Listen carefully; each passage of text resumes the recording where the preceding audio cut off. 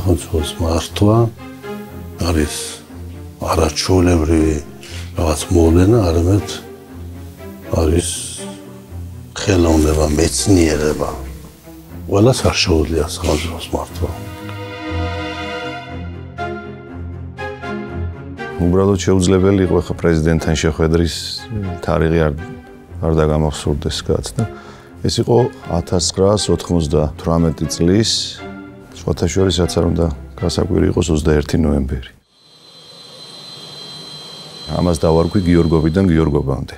მე მაქვს ესეთი განცდა, რომ 98 წელი იყო რაღაცა აი გარდამტეხი წელი თითქოს შევარდნაძის მმართველობაში. ეგრეთ წოდებული რევოლუცია გაფორმდა ნოემბერში. სინამდვილეში ის დაიწყო 98 წელს. 98 წელს, რა თქმა უნდა, კონსტიტუციურ ცვლილებებთან დაკავშირებით ეპიზოდი გავიხსენე, ეს იყო უკვე, რა თქმა უნდა, ხელისუფლებაში მოსვლისათვის ბრძოლა. მას ჰქონდა ეს ინფორმაციები დაწყებული 1 წლით ადრე.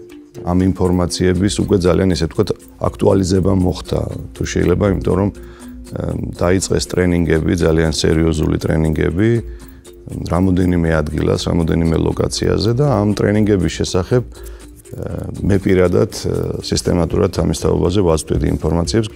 ეს მერე ცნობილი იყო ეგრეთ წოდებული ცხარი ჭამიას სემინარები, სადაც პრაქტიკულად ხდებოდა კმარას მომზადება, როგორ უნდა ესე ვთქვათ განხორციელებულიყო ეს აქტივობები, სად უნდა განხორციელებულიყო, როგორ უნდა მომხდარიყო პოლიციის პიკეტირება, პოლიციის შენობების, ესე ვთქვათ დემორალიზება. მაგალითად ივნისში, როცა მე კმარას მასალები მიუტანე და წაიკითხა ეს მასალები, ძალიან შეშფოთდა. ის კი არ თქვა, რომ ეს აუშვათ ხელისუფლებას დავკარგავთ რაღაცა და ესო ძალიან საშიშია, ესო სამოქალაქო ომთან შეიძლება მივიდეთ ასეო რა. მთავრობა იყო არაეფექტური. კორუფცია იყო საკმაოდ მაღალი. გასაგებია, რომ იმ პერიოდში ეს ყველაფერი ერთბაშად ვერ მოგვარდებოდა და დასამალი არ არის, რომ მე ძალიან კრიტიკულად ვუყურებდი ძალიან ბევრ ადამიანს, რომელიც იყო მთავრობაში და რომელიც იყო მის გარემოცვაში. მე ნამდვილად ვთვლიდი და ეხლაც მიმაჩნია, რომ შევარდნაძე იმსახურებდა უკეთეს გარემოცვას, ვიდრე მას ყავდა მისი მმართველობის, განსაკუთრებით ბოლო პერიოდის განმავლობაში.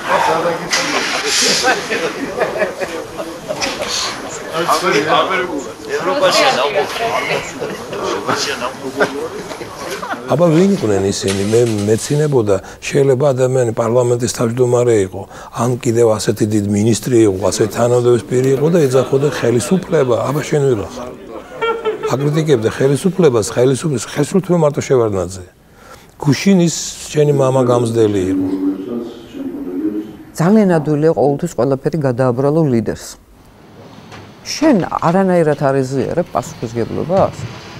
თუ ყველაფერი იმის ბრალია და თუ რამე კარგი გაკეთდა, იმაში შენი წვლილიც არის. ეს არის იცით აი პოლიტიკური ეგოიზმი არსებობს ამგვარი.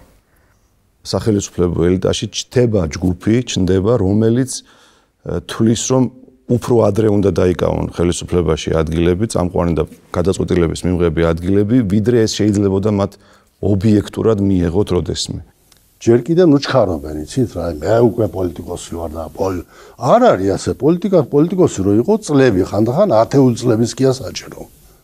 ნამდვილი პოლიტიკოსი და ყველაფერი გაითვალისწინო და გაიანგარიშო.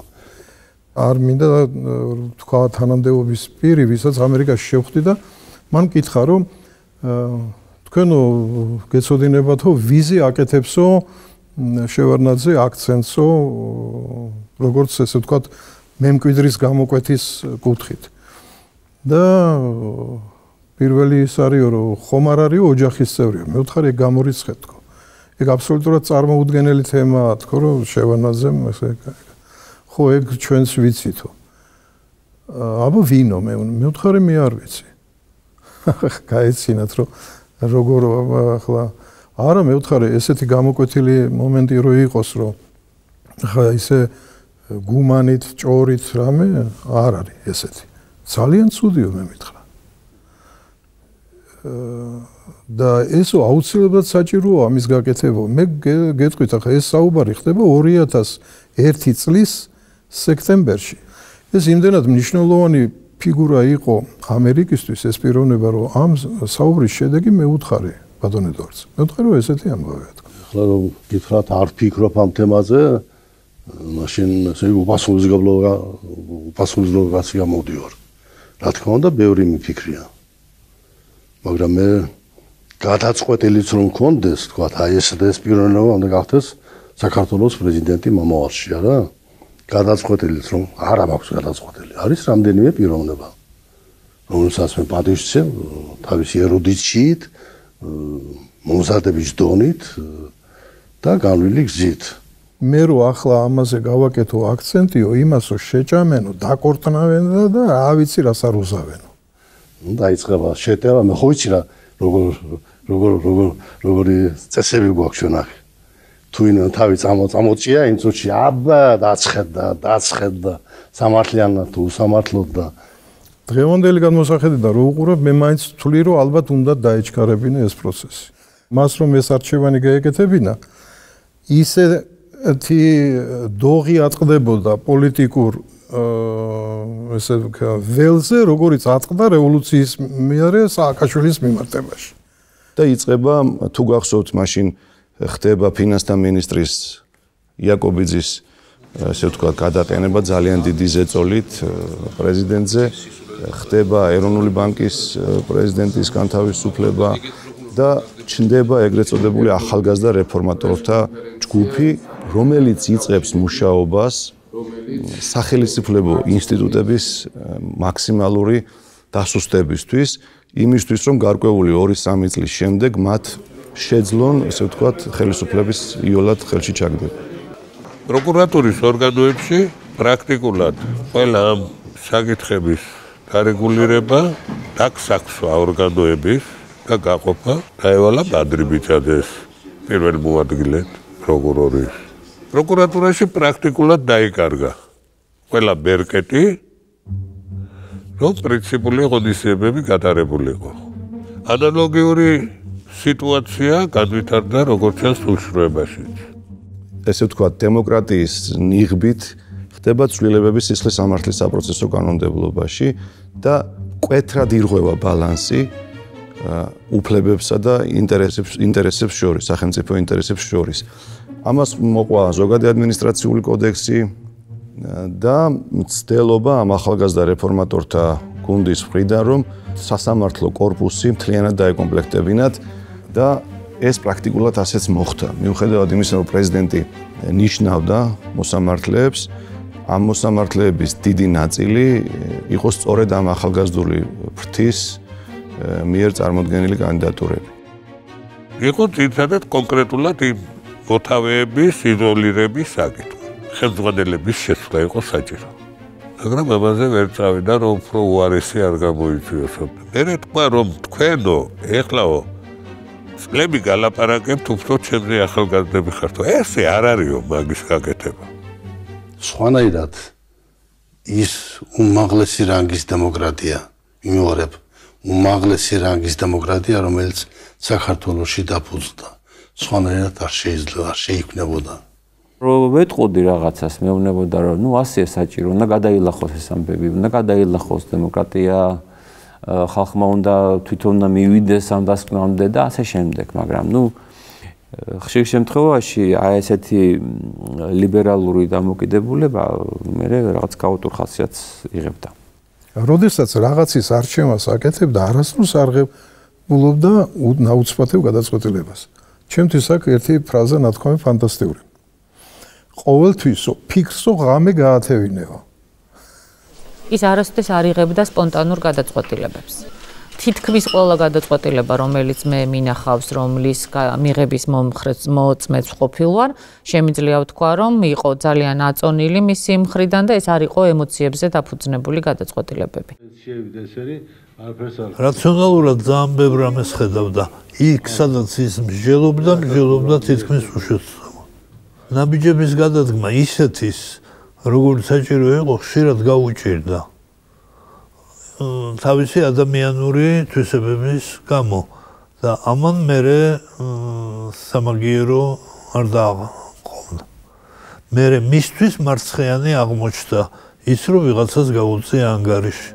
სენტიმენტები ესე ვთქვათ გაუჩნდა როგორც ჩანს ესე ვთქვათ ადამიანური დამოკიდებულებები ალბათ როცა შემასახს მიაღწევ მე თვალებში ამომიკითხავ ეს კაცი ერთგულია შენ თუ არაა შენ ერთგული მე მას ხედავდი ვინ იყო ერთგული და ვინ არ იყო ერთგული რა თქმა უნდა განიცდიდა ძალიან იმიტომ რომ ну თავისთავად როგორია რა ადამიანს რომელზედაც შენ რაღაც თუ გინდაც ფსონს ჩადიხარ როგორც პოლიტიკურ ფიგურაზე და ესე გიღალატებს მაგრამ აძლევდა ადამიანს იმის შანსს რომ ამ გზაზე არ წასულიყო მაგრამ ვინც მიდიოდა ეს იმისე არჩევანი იყო ამას ის უყურებდა აბსოლუტურად აი პრაგმატულად რა ხალათი იყო იცით ეს რასაკვირველია როდესაც ადამიანი თulis თავს რომ ეს მისი ყველაზე დიდი სავიზიტო ბარათია თუ გუნებავთ უცხოელებთან ურთიერთობის დროს ამით ტრაბახობდნენ როდესაც ისინი შევარდნაძის ფთის ქვეშ იყვნენ პირდაპირ მამას ეძახდნენ შევარდნაძეს აბა ნახოთ ჩვენ იმ ლიდერების იმ გადატრიალების ლიდერების ძველი გამოსვლები ეს ხო ყველაფერი არსებობს ვამჩნევდი ხოლმე რას იცით ეს ახალი ეგრეთ წოდებული რეფორმატორების ჯგუფი რომელიც შემდეგ გახდა ამ ყველაფრის მოთავე ესენი ვუყურებდი ხოლმე ტელევიზორში მათ გამოსვლებს მათ რიტორიკას უსმენდი მათ რაღაცა აი ამ რადიკალურ ფორმით გამოთქმულ აზრებს რაღაც და მე ვხედავდი მოდიოდნენ იქ შეხვედრებზე ჩვეულებრივ და საერთოდ სხვა ადამიანები იყვნენ. ეს რა ხდებოდა ხოლმე ვერ ვიგებდი, იცით, აი მართალი გითხრათ, დღემდე ვერ ვხსნი, ეს ისევ ის მომენტი იყო, რომ შევარდნაძე ის პიროვნება იყო, რომელთანაც ის აღარ გამოდიოდა უკვე როცა მასთან პირისპირ იყავი თუ რა იყო, არ ვიცი, ესენი ისეთი რიხიანები იყვნენ ხოლმე. გარეთ და მოდიოდნენ იქ და იქ სულ სხვანაირი ხდებოდა ეს რიტორიკა. ხდებოდა, ესე ვთქვათ, საზოგადოებრივი აზრის ფორმირება იმგვარად რომ პრინციპში ხდებოდა პრაქტიკულად შეუქცევადი პროცესი აი ამ საზოგადოებრივი აზრის ესე ვთქვათ შემოbrunების. იყო პრობლემები, აი რუსთავიორის ცნობილი თემა, მაგრამ ხელკეტებით არავინ არ შევარდნილა და თუ საგადასახადო თემაზე იყო თუ პოლიტიკური იყო, არ გასცდენია სახელმწიფოსა და მედიის ურთიერთობას. ერთს გეტყვით, ახლა როდესაც კანონიერებაზე ლაპარაკობენ, ეს აბსოლუტურად თითიდან გამოწვეული სისულელია, რატომ? იმიტომ რომ როდესაც ხელისუფლებაში სააკაშვილი მოვიდა, პირველი რაც გააკეთა, გამოითხოვა ეგ საქმე და მისცა სასამართლოს და სასამართლო, რაც მე ვფიქრობ უპრეცედენტო რამე იყო, სასამართლო თქვა, რომ აბსოლუტურად მართლები იყო და ამ საქმეზე ვერაფერი ვეღარ გააკეთეს. ესე იგი, იქ იყო მართლაც რეალურად დარღვევები, იქ იყო გადაცდომები, რომელიც ფაქტიურად მიუთითებდა იმაზე, რომ რუსთავიორი თაღლითობდა. რამდენიმე წლის შემდეგ გაირკვა, რომ ეროსიკი წმარიშვილმა იმდენი მილიონი დავალიანება აიკიდა თურმე, რომ მერე თვითონ მოითხოვა რუსთავიორის ბანკროტად ცნობა და ეს პროცედურა განხორციელდა კიდეც.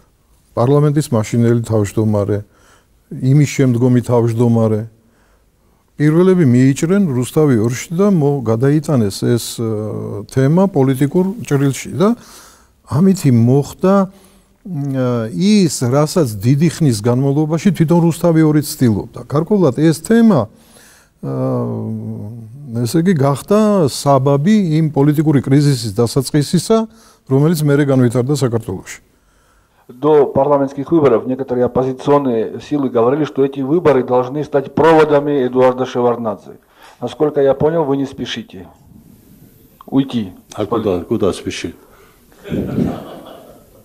Парламентის არჩევნებიდან მალევე მოდიოდა უკვე 2000 წლის გაზაფხულზე საპრეზიდენტო არჩევნები.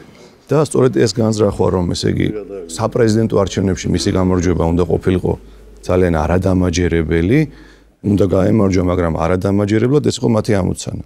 და აი ეს 4 თვე თუ არ ვწდები ოქტომბრიდან, ესე იგი ნოემბერი, დეკემბერი, იანვარი, თებერვალი, მარტი, 5 თვე იყო, ну არ ვიცი, შტურმი 60 წუთის მხრიდან და რუსთავიორის მხრიდან პირადად ედუარდ შევარდნაძეზე, მის ოჯახზე, მის ასე ვთქვათ, გარემოცვაზე და ასე შემდეგ და ასე შემდეგ.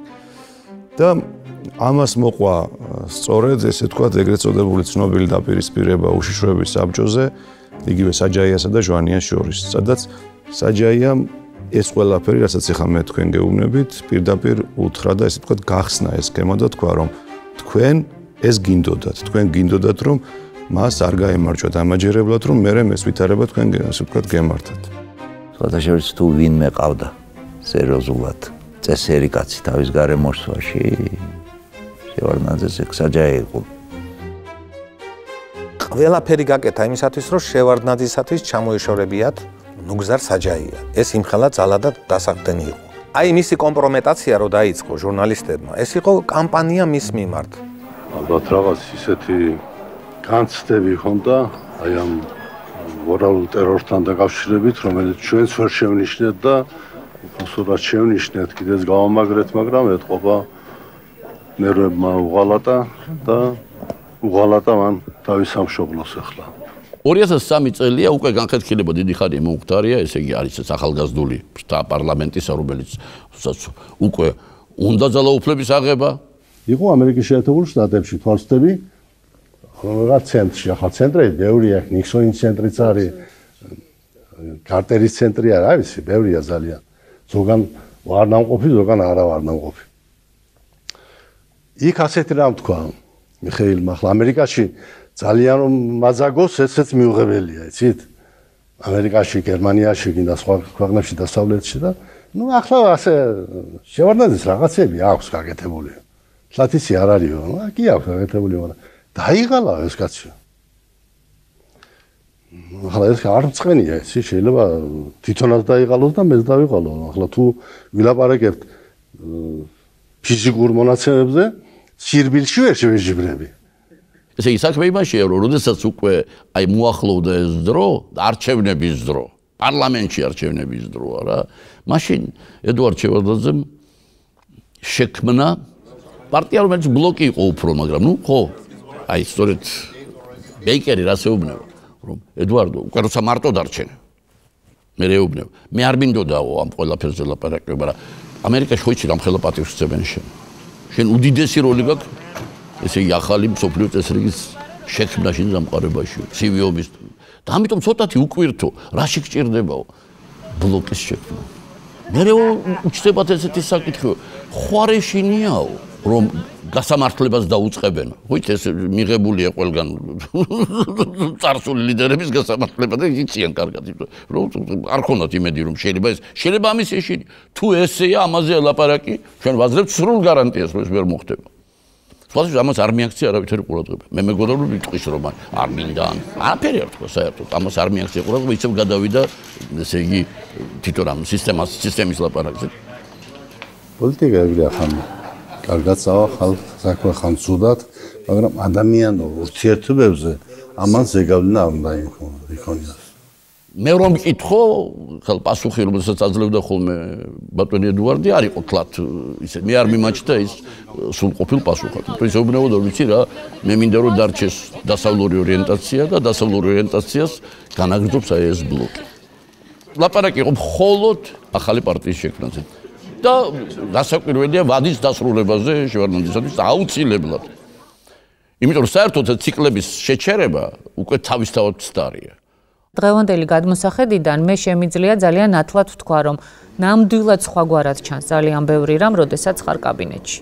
როდესაც ხარ შემოსაზღვრული კონკრეტული ადამიანებით და გარკვეულწილად, რაც არ უნდა დიდი იყოს ადამიანი, ის დამოკიდებულია იმ ადამიანებზე, რომლებიც მასთან არიან კონტაქტში, რომლებსაც მისთვის ინფორმაცია მოაქვთ. ხო ის რა არის? ყოველს არსებობს კიდე გარემოცვა. მე ვთქვი, აი ბლოკით რომელსაც თქვენ ახსენებთ. რა დაუსახელე ადამიანები. იქ კარგი ხალხი იყო, მაგაში კი არა საქმე, მაგრამ დაუსახელე ადამიანები და მეუბნები ეს ადამიანები დასავლურ ორიენტაციას გააგრძელებენ თქო? გაეღიმა. არაფერი აღარ თქვა. მაგრამ სინამდვილე თქვა ბოლოს და ბოლოს უთხრა სულ სხვა ადამიანს. უთხრა რომ იცი რა, მე ვაპირებდი წასვლას პოლიტიკიდან, მაგრამ ჩემთან მოვიდა 3 პოლიტოლოგი. მე კი ვიცი ვინ იყო ეს 3 პოლიტოლოგი, მაგრამ და თხოვეს რომ შექმნილიყო ახალი პარტია, იმიტომ რომ მათ ახლა როგორ თქვა, მაგრამ ესე იგი მათ არ უნდათ რომ ამ ახალ ძალას აეღო ძალაუფლება, იმიტომ რომ ეშინოდათ უკვე საკუთარი კარიერისა და რა ვიცი მე ყველანი შიში იყო გაჭერილი. მაგრამ მარტო ეს არ იყო, მერე ჩამოვიდნენ მაკეინი, სტროპტელბოტი, კიდე ვიღაცა იყო, შალიკაშვილი. და გაუცებულია ესე იგი ედვარდი გაუცდა. რა უნდა ამდენ ასეთი რანგის ხალხს ერთდროულად რატო ჩამოდის, რა ხდება? ნუ ფაქტობრივად ხდებოდა რა, რომ აი ყველაფერი იყო აი ამ ბლოკის გამო. ესე იგი რომ ხომ არ არის კაცი, რომელსაც აქვს წარმოუდგენელი რეპუტაცია. პირდაპირ რეპუტაცია დემოკრატის კაცი, რომელმაც რუსეთში პუჩის დროს მისი პოზიცია ყველგან ყოველთვის ითვლება ესე იგი უდიდეს დემოკრატად. ხომ არ გაუჩნდა სურვილი რომ თავისი ძალაუფლება შეინარჩუნოს აი ამ პარტიის საშუალებით. აი ამაზე იყო ლაპარაკი. რეალობაში უფრო თავისი კი არ იყო. ხო გეუბნებით სამი პოლიტოლოგი არ ვამბობ ეს გარემოსთვის ამბავი. იმიტომ რომ მე მახსოვს ერთ მაგასმა მითხრა, უთხარი ბიჭო, ედვარდს უთხარი, ესენი რომ მოვიდნენ, თან და ეს ამბობდა რომ სამხური ბანდა რომ მოვიდეს, ესე გეუბნები, მაგრამ ესენი ამოგვალყობენ ციხეში, რა ეს? 6 ნოემბერს დილით მე დამირეკა პრეზიდენტმა და მითხრა რომ მას შეხვდა ზურაბ ჟვანი, რომელმაც კატეგორიულად მოითხოვა ჩემი გადაყენება. მე ამის თაობაზე ვიცოდი, რომ მე შეხვედრა შედგა და ასაკვირველია შევარდნაძემაც იცოდა, რომ მე ვიცოდი ამის თაობაზე და ხო და აი სწორედ რომ იციო და მაგითო გეუბნებია ამასო, რომ წარმოიდგინეთ ნოემბერია, 2 ნოემბერს არჩევნებია, უკვე ხდება ეს ადამიანების მობილიზება, თბილისისკენ ჩამოყვანა რაღაცა და ვითარდება უკვე ნელა-ნელა ძალას იკრებს ეს ყველაფერი და ნუ მე უთხარი რომ თუ ეს ასწია და ეს ყველაფერი ამისთვის არის გასაღები, მე მზადა ვარ მეთქი, დღეს ეხლავე მოვდივარ და მე ჩემი გადადგომის შესახებ განცხადებას მოგართმევთ მეთქი და არაო, ნუ ჩქაროფო, ნუ ცხაროფო 6 საათზეო დღეს უშიშროების საბჭოს ხდომა დავნიშნეო და იქო ვიმსჯელოთო ამ საკითხებთან დაკავშირებით. აი ამ გამონათქვამებში ეს გადაადგეს, ის გადააყენოს, თუ არა და ჩვენ ასე გავაკეთებთ, ქუჩაში გამოვალთ. ეს ცოტა იმას გავს, რომ არჩევნების ჩატარება არ უნდათ. ვიღაცას არ უნდა ჩაატაროს არჩევნები. ნუ მე მაინდა-მაინც დიდი მხარდაჭერა ჩემი კოლეგებისგან ვერ მივიღე სიმართლე გითხრათ. ნუ თუმცა ეს არ იყო მნიშვნელოვანი და აი მაშინ მე ვნახე ძალიან გაბრაზებული შევარდნაძე, რომელმაც ხელი დაარტყა და თქვა, რომ მე არ დაუშვებ იმასო, რომ თითო-თითო გადავყარო ჩემი იმიდანო ადამიანებიო და ესო ყველამ გაითვალისწინეთო ასეთი რაღაცა უთხრა. რაც შეეხება იქ ჭორების გავრცელება, მე გთხოვთ ამაზე ცალკე პატარა მოხსენებით ბარათი პროკურატურამ წარმოადგინოს უშიშროების საბჭოს ხდომაზე, ვინ შეუწყო ხელი იმ ჭორზე უარესია გავრცელებას, რომ სახელმწიფო მინისტრის ბინაზე იკრიბებიან პასუხისმგებელი მუშაკები, პრეზიდენტ როგორც მიღებული ამბობენ პრეზიდენტის გარემოცვიდან და გეგმებს ადგენენ, როგორ მოხდეს პრეზიდენტის გადაყენების რუსული ვარიანტის გამოყენება საქართველოში. თუ საჭიროა მე მკითხე და მე მოგცემს რჩევას. როგორ ჯობია გაკეთდეს უმტკივნეულოდ. რევოლუციის პერიოდამდე, უпростоრად 2003-ში, მე ვფიქრობ, რომ ყველაზე ცუდი იყო ის, რომ მიზურგს უკან მიდიოდა სერიოზული მოლაპარაკებები. გამარჯობა, თანი მიროტაძე, ახალი თაობა. ბატონო პრეზიდენტო, მე შეთქმულების თემას დაუბრუნდებით თქვენის ნებართვით. მონაწილეობდი? მე არავისთან. მე ვესაუბრებოდი მხოლოდ ბატონ ედვარდს. სხვებს ჰქონდა მოლაპარაკებები სხვადასხვა დონის წარმომადგენლებთან, პრაქტიკულად ყველასთან, ვისაც გადაწყვეტილების მიღება შეეძლო. და ეს იყო სეპარატული მოლაპარაკებები. მე დარწმუნებული ვარ ეხლა აბსოლუტურად, რომ შევარდნაძე ამ მოლაპარაკებების საქმის კურსში არ იყო. ერთ-ერთ რუსულ გამოცემაში ჟირინოვსკიმ განაცხადა, რომ ამასთან დაკავშირებით ჩემმა ძველმა მეგობარმა. დიახ, განაცხადა, რომ აი ამ შეთქმულებასთან დაკავშირებით, რომ უბრალოდ გიწინას არ მეტყველათ, რომ თქვენი ხელისუფლებაში ყოფნა დიდხანს აღარ გაგრძელდება. მე ხა ნამდვილად არ მახსოვს ძალიან კარგად, როდესაც პირველი მცდელობები მქონდა რაღაც პატარ-პატარა ხანძრების ჩაქრობის და საკითხების დარეგულირების, ამან გარკვეული აღშფოთება გამოიწვია ჩემს, ესე ვთქვათ, მხარდამჭერ მეგობრებში, რომლებმაც მითხრეს, რომ გაკვირვება გამოხატეს იმასთან დაკავშირებით, რომ მე შევეცადე დამელაგებია სიტუაცია იმის ნაცვლად, რომ გამწვავებულიყო და მახსოვს ესეთი ფრაზაც აღარ ვიტყვი ვისი მხრიდან, რომ გასაოცარია რომ არ გესმის, რომ ეხლა არის სიტუაცია, რაც უარესი მით უკეთესი.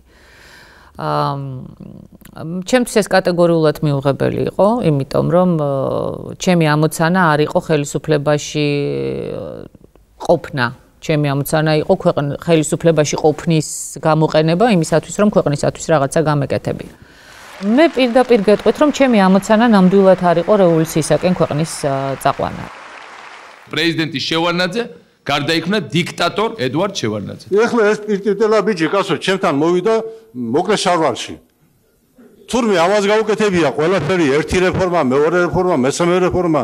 არ არის ასე საქმე. საქართველოში ბევრი რამ გაკეთდა ისეთი, თუნდაც ამ 10 წლებში, რომელიც უმძიმესი და ურთულესია. ღმერთმა ინებოს, აი ეს ვინც ამას კადრობს, ის მოვიდეს ხვალ ხელისუფლებაში. ნახავ როგორ ააშენებს საქართველოს. პირველი და მთავარი ჩემის აზრით დასავლეთმა დატოვა შევარდნაძე მხარდაჭერის გარეშე. პრაქტიკულად მიატოვეს განსაცდელის ჯამს. თუ იყო გარე ფაქტორები, რომელიც აჩქარებდნენ შევარდნაძის პოლიტიკური არენიდან წასვლას, ეს ფაქტორები მომდინარეობდა რუსეთიდან. ეს არ მოდიოდა დასავლეთიდან და ეს არ მოდიოდა ამერიკის შეერთებული შტატებიდან. ეს რუსული პროექტი იყო. თავარი მიზეზი ალბათ იყო აი აქ ამ ახალგაზრდების სუსწრაფობა. და უკვე ერთმანეთსაც ასწრებდნენ და ერთმანეთსაც ეჯიბრებოდნენ და აი ეს პროცესები ამიტომ დაგეგმეს. გასაკვირველია, ამერიკელებიც ისევე როგორც ხვებიც ფიქრობდნენ და ემზადებოდნენ ვინ უნდა იყოს შემდეგი. ეს პროცესი იქ იყო, აი ვინ უნდა იყოს შემდეგი, თქვათ შევარდნაძე. ამიტომ ისინი შემდეგს ამზადებდნენ. ამ შემდეგის მომზადებაში ისინი რა თქმა უნდა თავის დასაყრდენს იქმნიდნენ. მაგრამ ამავე დროს მე ხომ უნდა ვიფიქრო იმ შესახებ, რომ მე ხომ მეხმარება. მე სახელმწიფოს მეთაური ვარ, პრეზიდენტი ვარ, ხელისუფლება ვარ. 80 მილიონ დოლარს ვიღებ ჩვენ ყოველწლიურად. ეს ხო ჩვენთვის აკეთებს. ხელისუფლების დაკვეთით, ხელისუფლების თხოვნით. ამავე დროს მას აქვს უფლება თქვას, რომ მე უნდა ვითანამშრომლო ოპოზიციასთან. ოპოზიციასთანაც. თუნდაც იმიტომაც, რომ შეიძლება მოხდეს ისე, რომ ეს ხელისუფლება დღეს არის, ხვალ არ იყოს. ხვალ ოპოზიცია მოვიდეს და მასთან თანამშრომლობის საფუძველი უნდა ჰქონდეს. მე მესმის ძალიან კარგად ამერიკული პოლიტიკა, ნიუანსებში მესმის. სოროსი მაგალითად აფინანსებდა კმარას. ასევე ერთ-ერთი ამერიკული ორგანიზაცია აფინანსებდა. კი დააფინანსოთ, ახლა თუ ბავშვები რაღაც მიიღებენ, კარგია, მაგრამ პოლიტიკაში არ უნდა შეერიო. არ არის შეისწავლე პოლიტიკა. რა თქმა უნდა, ამერიკელები თავისას მუშაობდნენ. ის სოროსი თავისას მუშაობდა, იმიტომ თქვი, ნაწყენი იყო, აი იმის მერე იყო ნაწყენი ეს, ამან რო ვარი უთხრა, ხო? ის თავისას ცდილობდა, მაგრამ სოროსი თავისთვის არის და ამერიკის ადმინისტრაცია თავისთვის არის. ხო ხედავთ, ისინი დაპირისპირებულები არიან ერთმანეთთან, ამიტომ მე ვერ ვიტყვი, რომ სოროსის ქმედებები ეს ამერიკის ქმედებები იყო. ამიტომ მე სულაც არ ამწყინს და არავითარი გაკვირვებას არ გამოვხატავ, რომ აი შევარდნაძე კი ერთგული იყო, პატიოსანი იყო, თქვა აი ამერიკის მომხრე იყო და ასე შემდეგ და იქეთ ამის იქეთ აღარ უნდა გაიხედონ ოპოზიციით არ უნდა დაინტერესდნენ. არ იქნებოდა ეს სწორი მსჯელობა, ნამდვილად არ იქნებოდა. აი თქვათ ეს მე უამრავი ამერიკელისგან მომისმენია, რომ ისინი აი ამ სუსრაფ ბიჭებს იღებდნენ, იმიტომ რომ ისინი ამათ როგორც შევარდნაძეს დასაყრდენს და შევარდნაძეს გამოზრდილებს ასე იღებდნენ. ამდენად იყვნენ ისინი მათთვის მისაღები პირველ რიგში. ერთხელ მე ეს მითხრა აი ესეთმა ქართველმა ადამიანმა, როგორიც არის შალიკაშვილი. აი ეს ჯონი და იმ მოთარმაც. ესენო კი, მაგრამ ჩვენ ამათ იმიტომ ვიღებთ, რომ ეს და ლობირებო, მეც ლობირებო ამათო, იმიტომ რომ ეს შევარდნაძის ხალხი მგონია. შევარდნაძის დასაყრდენი ხალხი მგონია.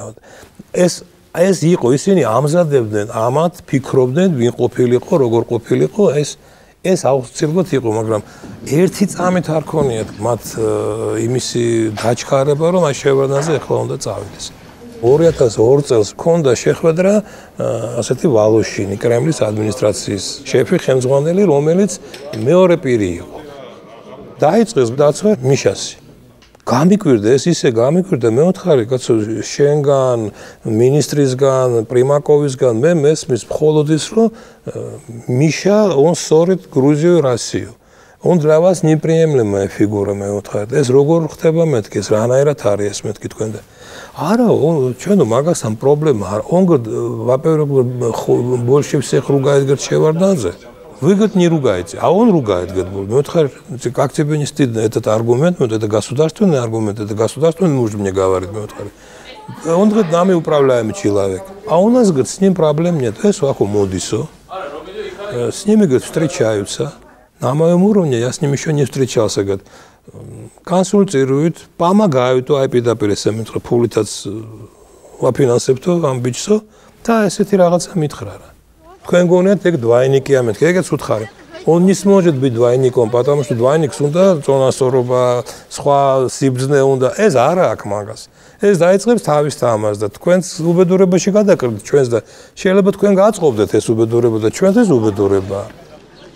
მე ვიცი რომ ეს მოძრაობები იყო რომ მოსკოვშიც ჩაიყვანეს სააკაშვილი, რომ ბიზამისმა მიიყვანა ვალოშინთან, რომ მოატარა იქ კაბინეტები. ეს ჩემთვის მაგალითად ცნობილი იყო ეს ფაქტი. რომ იქ თავარი აქცენტი კეთდებოდა რომ ეს არის პიროვნება რომელიც გაითვალისწინებს უпроსორად რუსეთის ინტერესებს და ამ საკითხებს ეს ღიად პირდაპირ ის იყო ნათქვამი გიორგაძის ნაჩუქარი მანქანით დადიოდა სააკაშვილი იმ პერიოდში ქალაქში ეგ ხო ის იყო რა ქვია საკრებულოს თავმჯდომარე თუ რაღაცა იმ დროს მიიღო სუბთა წმინდა 6 წელი ისავრა რუსული საბჭოთა კგბ-ს და მიდის განათლება ხო? სად ამერიკაში წელიწადი 10 თვე იყო კაცო. ამის მერე ამის დამთავრების მერე. და სად იმსახურა? კგბ-ს ჯარებში იმსახურა ხო? და თვითონ წერს აი 2007 წლის ჟურნალი არის ასეთი აგანიოკი იქ აძლევს ინტერვიუს იძახის я горжусь что у меня что я сержант кгб რა. პირდაპირ წერს ამას. აი ნახეთ ჟურნალი აგერ არსებობს და მე ხო ხარ დავბეჭდა ამ ჟურნალს არა ჩემთან ოფიციალური კონტაქტები ჰქონდათ ამერიკის შეერთებული შტატების წარმომადგენლებთან თუმცა უნდა ვთქვა რომ მათი სურვილი ყოველ შემთხვევაში ოფიციალური პირების თქვათ კოლინ პაუელის რომელიც მე მაშინ მესაუბრებოდა ტელეფონით და ბევრი სხვა მათი სურვილი არ იყო ესე ვთქვათ შევარდნაძის გადაყენება და მით უფრო დაუშვათ შევარდნაძის რაიმენაირად საფრთხის ქვეშ დაყენება ეს აბსოლუტურად ერთმნიშვნელოვანია უბრალოდ რა თქმა უნდა იყო ძალები რომელსაც უნდოდა რომ უფრო ადვილად კონტროლირებადი მათი გადმოსახედიდან უფრო ადვილად კონტროლირებადი ძალა მოსულიყო ხელისუფლებაში 2003 წელს მისი პრაქტიკულად მისი ამოცანა ბოლო ხანებში იყო რუსად ერთ-ერთი და მაგას შეეწირა კიდეც ნაწილობრივ იმიტომ რომ ერთადერთი რასაც ითხოვდა ის ამერიკისგან რომ მომეც ზეწოლა გააკეთეს რუსეთზე რომ აფხაზეთთან დაკავშირებით უკან დაიხიოს ამერიკას ციცი არ გაუნძრევია და ამის ამ ჩხიკინით მე გადაწყვეტეს რომ ეს დაჟინებული პოლიტიკოსი რომელიც გვიჩხიკინებს თუ ადიქცევით და დაგვეხმარენ ამ ტერიტორიული პრობლემების გადაჭრაში ნუ ამას ჯობია რომ ეს ჩამოვაშოროთ და ავიღოთ სხვა ვინც პრეტენზიული არ იქნება უნდა ეს გააკეთეს კიდეც ვარდების რევოლუციის დროს ერთხელ მე ასეთი რამე ვთქვი როცა გადატრიალებაზე იყო რამდენიმე წლის წინ ასეთი რამე ვთქვი რომ ვისაც ძალიან უნდა გადატრიალება ლოგინში გადატრიალდეს მეთქი და ამერიკელები ფიქრობდნენ ალბათ რომ შევარდნაძე არ ასახელებს კანდიდატს მაშინ როდესაც ამერიკა დებს აქ უდიდეს რესურსებს ჩვენ უნდა ველოდოთ თუ როდის მიიღებს გადაწყვეტილებას შევარდნაძე კანდიდატის დასახელებაზე ვაი და იმან არ დაასახელოს ვაი და ისეთ დაასახელოს რომელიც ჩვენ არ მოგწონს ვაი და ნუ აპატიეთ ვერ მოესწროს ამ მის დასახელებას ამიტომ ამერიკა რა თქმა უნდა ამას არ გარისკავდა ამიტომ არ გამოვრიცხავ რომ ამერიკელები ფიქრობდნენ რომ მოდი ამ პოლიტიკურ ბრძოლაში, რა თქმა უნდა, თავიდანვე მივიღოთ ეგ ამბავი. და ახლა მეორეც არის, ამერიკელებმა შესანიშნავად იცოდნენ ის, რომ რუსების გარეშე ეს არ მოხდებოდა. ხო? ამერიკელებმა შესანიშნავად იცოდნენ ეს, რომ ეს რუსეთის მიმართულებითაც უნდა გადადგმულიყო რაღაც ნაბიჯები, რომ გარკვეულად წინააღმდეგობები მემკვიდრის დასახელებაზე ნიველირებული ყოფილიყო ორივე მხრიდან. ეს იქნა კიდევაც გათვალისწინებული. დამთხევა ინტერესებისა მე მჯერა რო არის. ეხლა რაც შეეხება იყო ის ამერიკული პროექტი. ეხლა ისინი რასაკვირველია ახალგაზრდული ჯგუფი ამერიკელებთანაც იყო ახლო და ევროპელებთანაც კარგად იცოდნენ ინგლისური, შეეძლოთ თავისით ესე ემოქმედათ. განათლებული ბიჭები იყვნენ ახლა სალაპარაკოა და ქონდათ ქარიზმაც ქონდათ, ყველაფერი ქონდათ და შეეძლოთ. მაგრამ შეიძლება ამერიკელებს მოწონდათ კიდეც. მაგრამ თქვათ ესე არისო, იმიტომ რომ ახლა მე მახსოვს შეხვედრები ამ რევოლუციის წინ იგივე ამერიკელებთან, თქვათ, იგივე ელჩთან ამერიკის და ასე შემდეგ. არისო იქ ასე ლაპარაკი. ამას მეუბნებოდა მე სისტემატურად აი ეს ელჩი, რომელიც მაილსი აქ იყო და რომელიც მიშიკოს ვერ იტანდა. არამსტულ მას ეხმარა, he's crazy. მეტი ჩემთვის მას მიშაზე არაფერი არ უთქვამს. სულ ბოლო 5 დღის გადაწყვეტილება იყო ამერიკელების, რომ ეს პროცესი მიუშვეს. გარე ფაქტორები ალბათ ძალიან მნიშვნელოვან როლს თამაშობს უკვე იმ პროცესებში, რასაც ქვია შემდეგ ვარდების რევოლუცია. სხვა თუ არაფერი ძალიან დიდი დაფინანსება შემოდიოდა უკვე ქვეყანაში თავისუფალი მედიის კუთხით, გამოძიებითი პროექტების კუთხით, კმარა და ასე შემდეგ და ძალიან სერიოზული ფინანსები იყო წამოსული და ახალგაზრდა თაობის პოლიტიკოსებსაც რა თქმა უნდა ქონდათ მხარდაჭერა.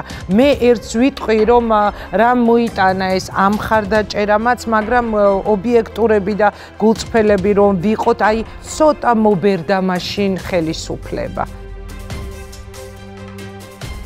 ყველა ხელისუფლება 5-6 წლის შემდეგ უკვე ნელ-ნელა მოსაბეზრებელი ხდება და ახალი ტალღა იყო, ახალგაზრდების ტალღა იყო წამოსული და ამანაც განაპირობა, რა თქმა უნდა, მაგრამ ეს იყო დიდი მხარდაჭერა, გარე ფაქტორები ძალიან მნიშვნელოვან როლს თამაშობდა.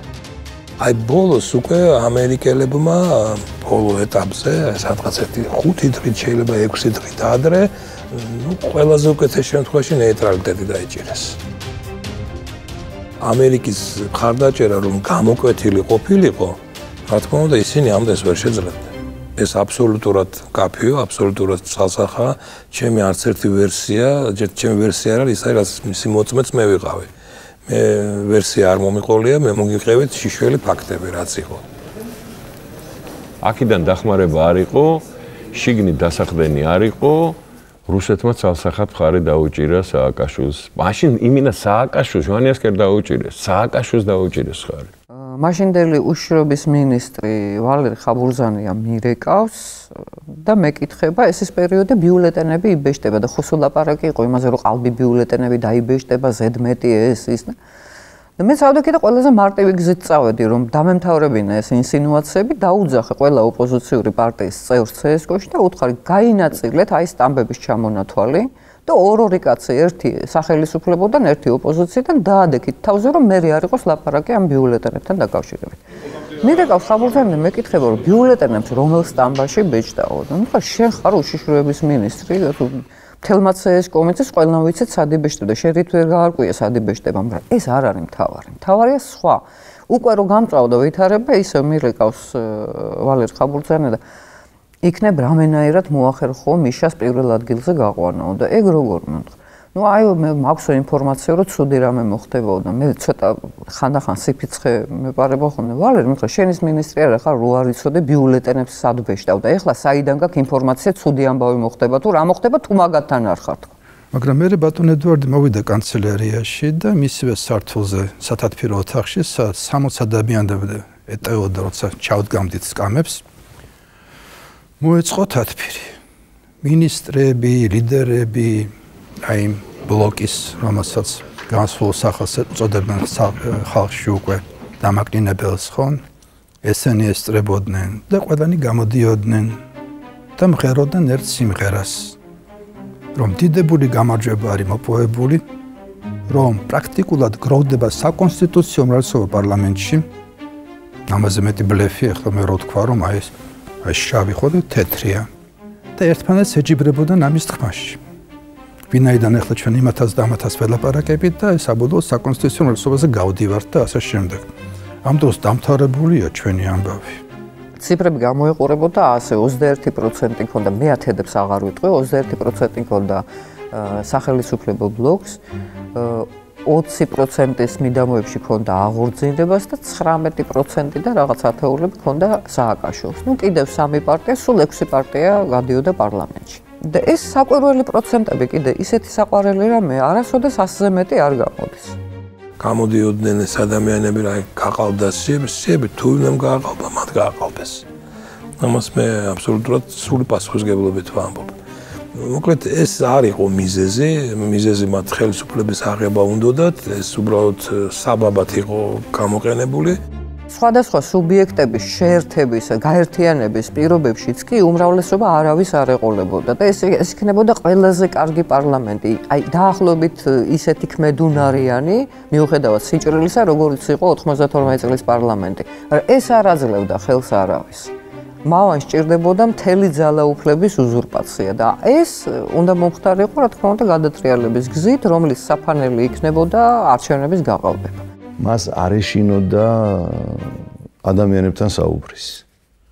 ყველაზე კრიტიკულ სიტუაციაში მან იცოდა აბსოლუტურად ზუსტად, რომ ეს იყო, ესე ვთქვათ, იდეალური საშუალება და არ გაურბოდა ადამიანებთან ურთიერთობას და ამ ნიშნით იყო მნიშვნელოვანი, რომ ყველაზე საშიშ ვითარებაშიც კი ამ ინიციატივას იღებდა პირადად თავის თავზე. რაც გინდა მომხდარიყო, მას არ ქონდა იმის შიში, რომ თვალებში შეეხედა და დალაპარაკებოდა ადამიანს, როგორც გინდა აგრესიული ყოფილიყო ის. არ არსებობდა. პირიქით, ჩვენ ვაკავებდით, რომ ეს არ მომხდარიყო. ნუ მე ამაზე, რა თქმა უნდა, აგრესია ჩვენზე გადმოდიოდა, რომ რატო არ მიშვებთო, რომ დაველაპარაკო. სანამ ეს მოხდებოდა 22 ნოემბერი, დილას 7 საათია თუ რაღაცა. კანცელარიაში ავდივარ ძევი და უნდა გავიდე პარლამენტის შეკრებილ საზოგადოების ნაწილს შევხვდეო რა, ვინც მოითხოვს გადადგომას. და აქ ხალხია როგორი თქვენთან განსაზღვროთ. მე არავის შეურაცხყოფას არ ვაყენებ.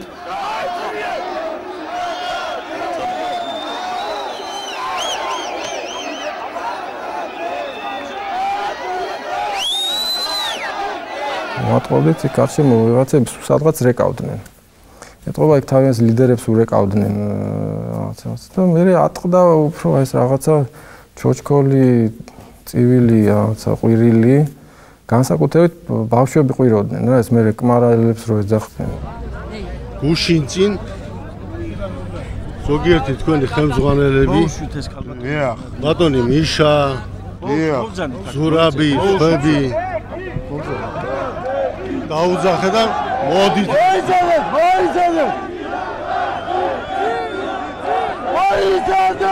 ამათ ისინი მოვიდნენ ამ მომიტინგეების ხელმძღვანელები და აბა გადადით და ყველანი როგორ ხა მთავრობის სასახლიდან რუსაველის იმით იქით მხარეს გადაიყვანეს ეს ხალხი ნუ აფაქტურად შემოაცალეს.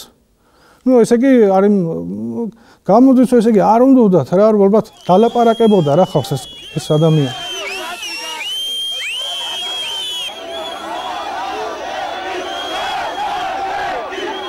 არაფერი არ გიწუთი და არ გესვით არ თარაგებოდ ვინესი სიშველები ვარ ჩვენ არ გაგასო მე არი არაღი ჩვენ მამაცი კაცი ბრძანდებით ვიცი ჩვენ გასპალიში ვარ და დარბე კანალ რასი კაკასი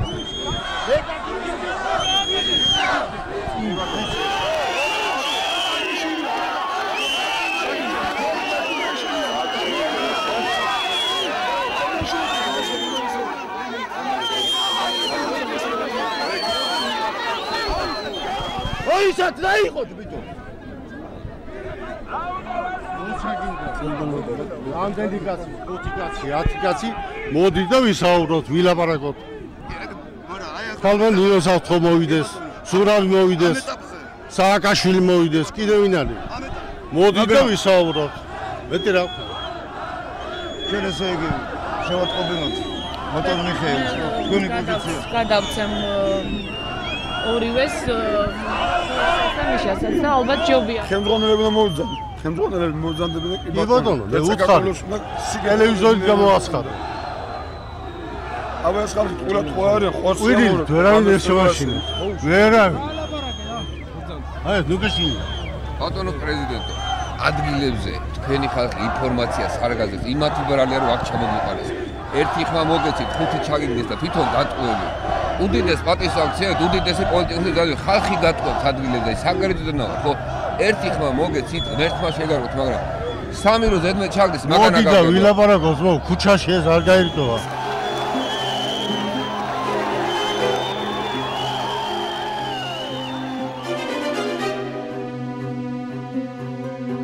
მე იქიდან ის მიშა მოვიდა, იქიდან თვითონ გზები გადაგვიკეთეს, რაღაცა არ გუშენ. მაგის დრო არ იყო იქ რაღაც ძალიან გარჩევის და რაღაცის, იქ გადაწყვეტილება მიიღოთ, გვერდზე გავიყვანეთ ეს ადამიანი, ეს ლიდერი და პრეზიდენტის მანქანას უნდა გასვლის საშუალება აუცილებლად იფიქრა. სააკაშვილმა ფსიქოპატმა დაკარგა სახე, გამოვარდა ფიზიკურად იქაჩებოდა, დაცვა იჭერდა, დედას იგინებოდა. რატო? იმიტომ რომ მას ძალიან შეეშინდა, რომ შევარდნაძემ პირდაპირ კონტაქტით ჩაუშლიდა ყველაფერს. მე ვიცოდი რომ ტაშის გრიალით არ შემხდებოდა. მე ვიცოდი როგორი იქნებოდა რეაქცია. როგორი მძიმეც არ უნდა იყოს შეხედვა. როგორი რთულიც არ უნდა იყოს და შეურაცხყოფელიც კი. მე მაინც უნდა მივიდე, იმიტომ ჩემი ხალხია. ჩემი შვილები არიან. ჩემი შვილიშვილები არიან. ზოგიერთი რაიონიდანაა ჩამოსული, რომ ასაკოვანი ხალხი სერიოზული საუბარი იყო. ისიც საინტერესო იყო ჩემთვის. რაც მოხდა 2003 წელს ეგრეთ წოდებული რევოლუციის სახით, ხო? ამის თავიდან აცილება იყო შესაძლებელი ბოლო მომენტამდე. ბოლო წუთამდე პრაქტიკულად, იმიტომ რომ აი ეს ცნობილი შეხვედრა გწანიში, რომელიც შედგა პირველი. უნდა გითხრათ, რომ რამდენადაც არ უნდა გაგიკვირდეთ, სააკაშვილიც კი ითხოვდა არა შევარდნაძის გადადგომას, არამედ ვადამდელი ხელახალი საპარლამენტო არჩევნების ჩატარებას. როდესაც მე ვლაპარაკობ შევარდნაძის გარემოცვაზე, კიდევ ერთხელ შემიძლია ვთქვა, რომ მას რომ ქონოდა ადეკვატური ინფორმაცია, რამდენი ადამიანი იყო პარლამენტის წინ, რა განწყობა იყო რეალურად, ვინ უჭერდა მხარს ამას და ვინ არ უჭერდა. მე დარწმუნებული ვარ, რომ ის მიიღებდა გადაწყვეტილებას ხელახალი საპარლამენტო არჩევნების დანიშვნის თაობაზე. და ეს გადაარჩენდა ქვეყანას ძალიან ბევრი პრობლემისაგან, რომლის წინაშეც ქვეყანა აღმოჩნდა.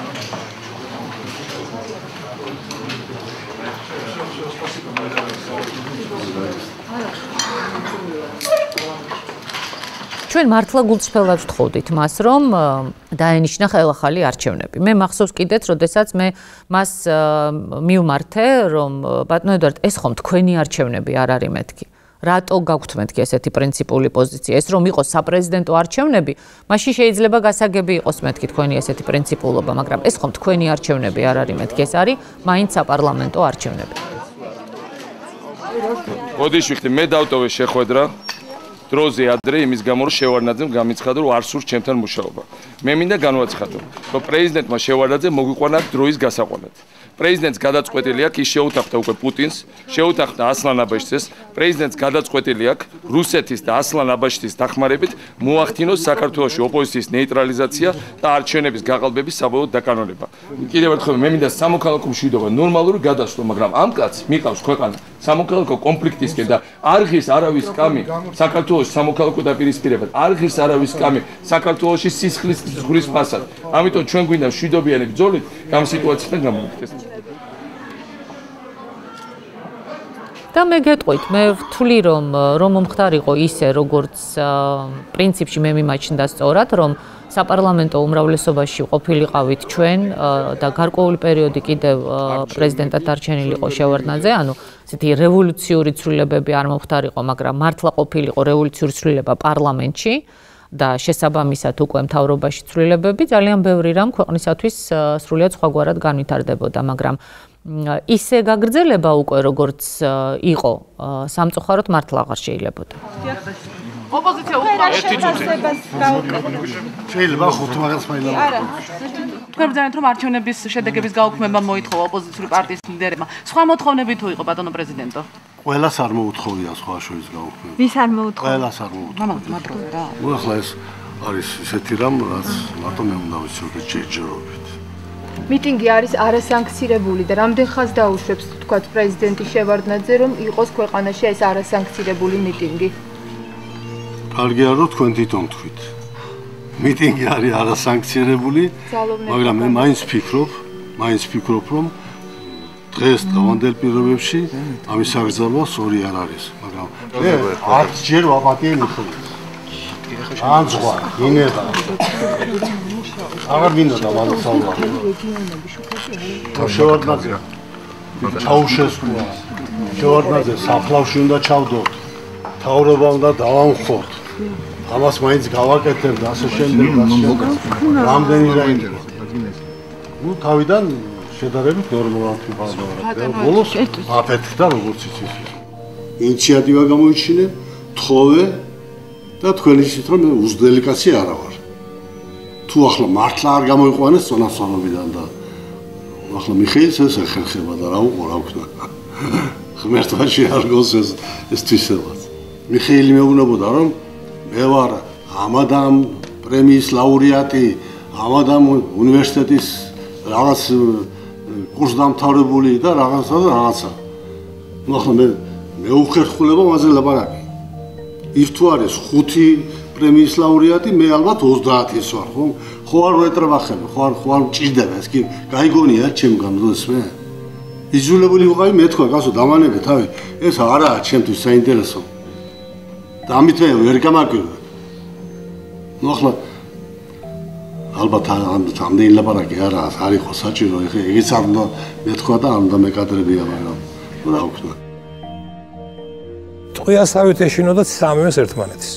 ჩვენ ძალიან რთული ურთიერთობა გვქონდა, ჩემთვის სააკაშვილი ყოველთვის იყო მიუღებელი ფიგურა. მე საპარლამენტო არჩევნებისთვის ის მთავაზობდა ნაციონალური მოძრაობის პირველ ნომრობას, მაგრამ ეს ჩემთვის კატეგორიულად მიუღებელი იყო. იქედან გამომდინარე, რომ ძალიან ბევრი რამ მისი ხასიათიდან გამომდინარე, მისი პრინციპებიდან გამომდინარე, ჩემთვის იყო მიუღებელი. რომ არა რევოლუცია ჩვენ ერთად არ ვიქნებოდით, მაგრამ ნუ რევოლუციას თავისი, ესე ვთქვათ, წესები აქვს და თავისი სპეციფიკა აქვს. ეს არ იყო წარმატება მარტო იმ ოპოზიციის და გადამტრიალებლების, ეს უფრო მეტად გამოწვეული იყო იმ შეცდომებით, რომელიც აი შტაბმა და აქითა მხარემ მაშინდელმა ბატონი ედუარდის მაშინდელმა ოფიციალურმა გარემოცვამ დაუშვა. და შესაძლოა შევარდნაძესაც დააშვებინა. სხვა კუთხით მიმდინარეობდა განხილვები და სხვა რამეში არ წუნებდნენ შევარდნაძეს.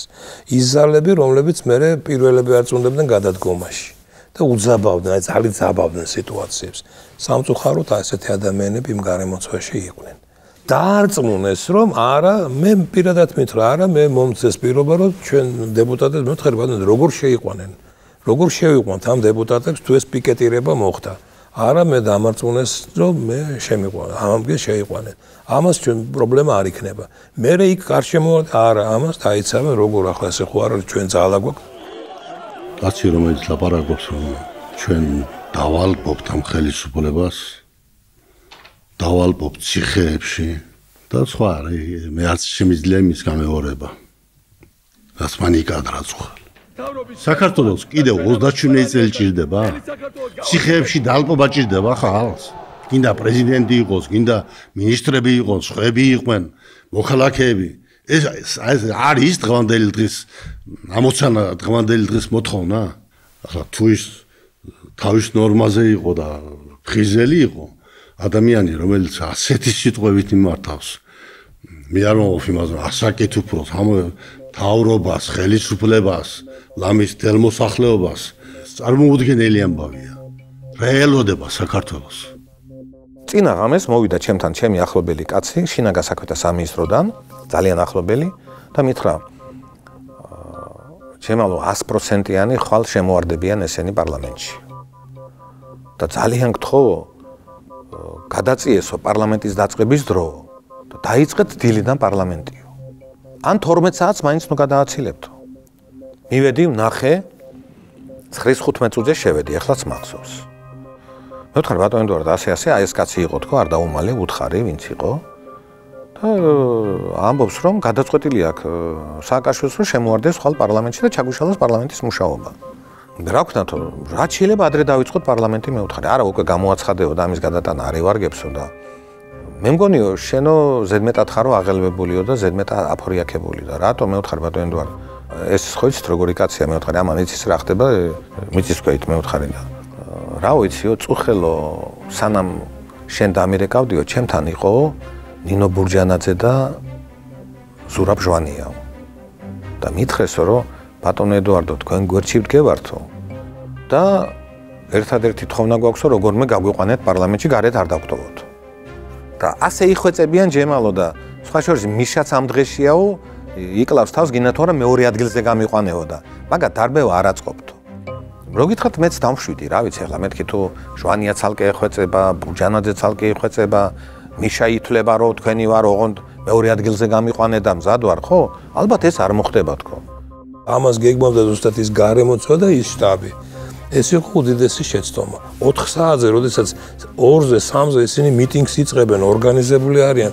როგორ შეიძლება ამის იქ დანიშნა მაშინ 4 საათზე? მე სასაკურველად ჩემი აზრი კი გამოვთქვი ამის თაობაზე, მაგრამ სამწუხაროდ ეს აზრი არ იქნა გაზიარებული. ხო და კიდევ დამირეკა ამ კაცმა. ჯემალა 100%-იანი. მე უკვე ვეღარ დავუკავშირდი ბატონ ედუარდს. ცდილობა მქონდა, მაგრამ ითხრეს, რომ მოხსენებაზე მუშაობს და არავის არ პასუხობს.